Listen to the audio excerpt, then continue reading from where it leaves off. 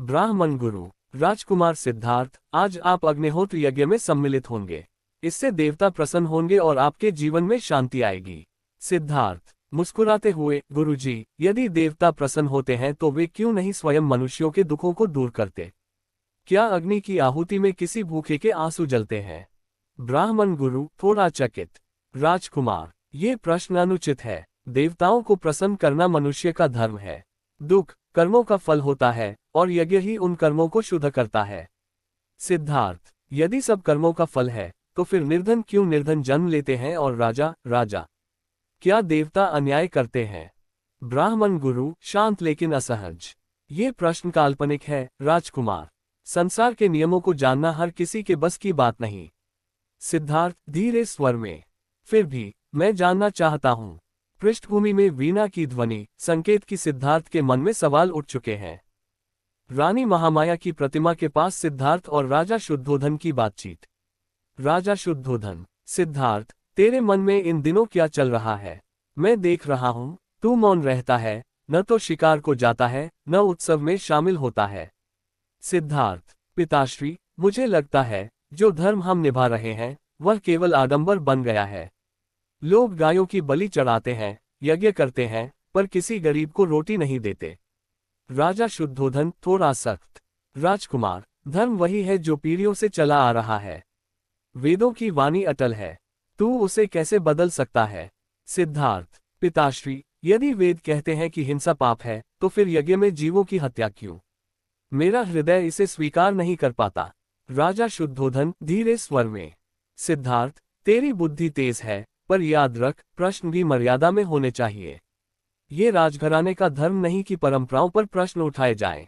सिद्धार्थ आंखों में शांति के साथ, फिर शायद मेरा धर्म कुछ और है।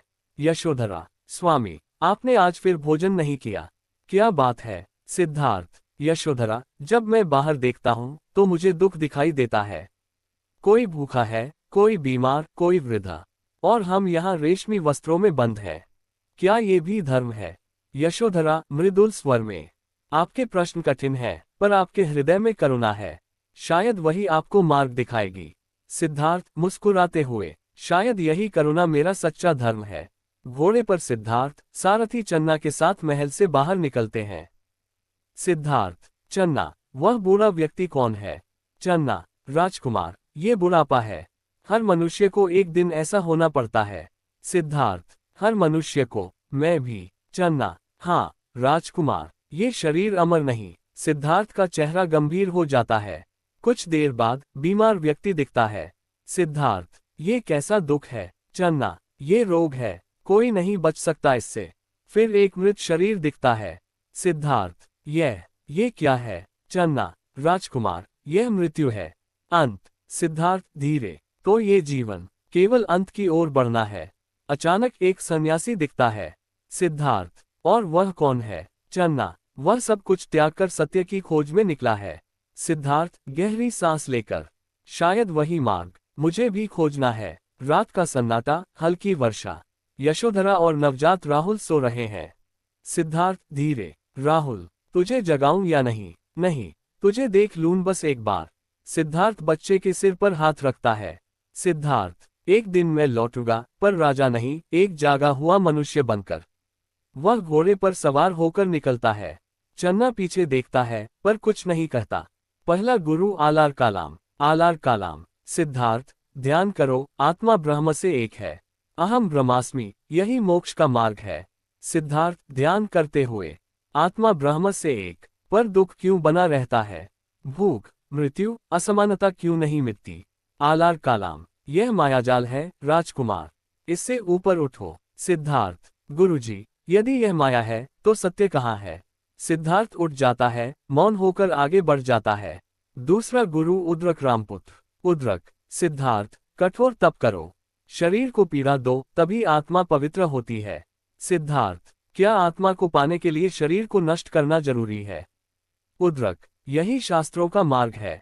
सिद्धार्थ कमजोर होकर, मैंने भूखा रहना, जल त्याग करना, सब किया, पर मन शांत नहीं हुआ। शायद सत्य इस कठोरता में नहीं है। सिद्धार्थ मन में, ना तो वैदिक यज्ञों में सत्य मिला, ना कठोर तप में। यदि सत्य है तो वह भीतर ही होगा। एक महिला सुजाता आती है और उसे खीर देती है। सुजाता, भिक्षु, ये खीर ग्रहण करें। आपका चेहरा शांति चाहता है। सिद्धार्थ मुस्कुराते हुए, धन्यवाद माता, शायद यह मध्यम मार्ग ही उचित है, न अत्याचार न अत्यधिक सुख। सिद्धार्थ मौन होकर बैठते हैं। आज मैं नहीं उठूंगा जब तक सत्य का बोध न हो जाए। तेज आंधी, वर्षा, भीतर का संघर्ष, मारा के रूप में अंधकार। मारा, अंधेरी आवाज। सिद्धार्थ, तू नष्ट हो जाएगा, लौट जा अपने राजमहल में। सिद्धार्थ शांत स्वर में, मैं माया से नहीं डरता, सत्य वही है जो भीतर स्थिर है। अचानक गहरा प्रकाश, संगीत, शांति। नरेटर, रात गुजरी और जब सूर्य की पहली किरण पड़ी, वह सिद्धार्थ नहीं रहा, वह बुद्ध बन चुका था। एक शिष्य पूछता है, भगवान, आपने कौन सा धर्म अपनाया? बुद्ध मुस्कुराकर, मैंने कोई धर्म नहीं अपनाया, मैंने धर्म को जाना है। जो दुख का कारण समझे और करुणा से चले, वही सच्चा धर्म है। ना हिंदू, ना ब्राह्मण, ना क्षत्रिय, बस मानवता, यही धर्म है। बुद्ध बनने से पहले सिद्धार्थ वैदिक परंपराओं का अनुयायी था, पर जब उसने जीवन के दुख को देखा, उसने हर धर्म, हर नियम को परखा और अंततः खोजा, धर्म नहीं, सत्य चाहिए। वही सत्य आज बौद्ध धर्म कहलाता।